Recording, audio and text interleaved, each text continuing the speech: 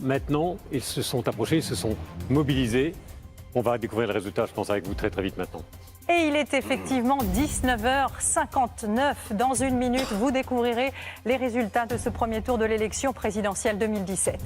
Ils sont 11 à briguer la fonction suprême. 2 d'entre eux seront qualifiés ce soir. Inconnu du grand public il y a tout juste 3 ans, Emmanuel Macron sera-t-il au second tour?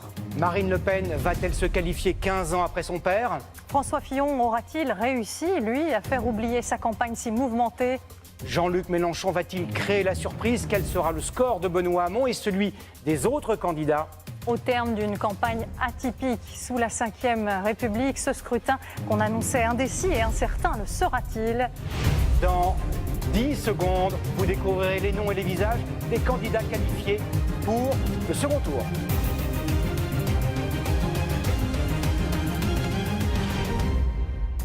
Il est 20h et vous le voyez, Marine Le Pen et Emmanuel Macron sont qualifiés pour le second tour, mais ils sont à ex-aequo.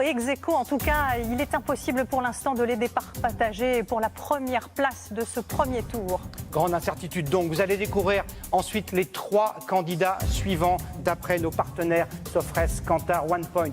Jean-Luc Mélenchon obtiendrait 19% des suffrages.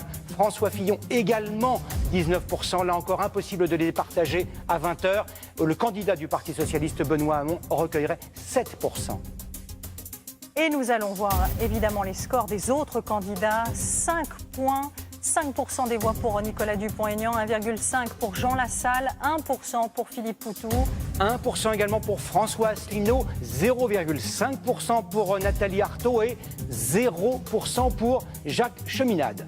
Édouard Le Cerf, ces résultats méritent quelques explications. À partir de quand pourra-t-on départager non seulement les 2 premiers, mais aussi les 3e et 4e? C'est quelque chose qu'on avait l'habitude de faire de manière assez précise. Vous vous souvenez, lors des précédentes soirées électorales, lorsqu'il était 20h, nous avions derrière nous 2 heures de dépouillement. Nous sommes aujourd'hui à 1 heure de dépouillement.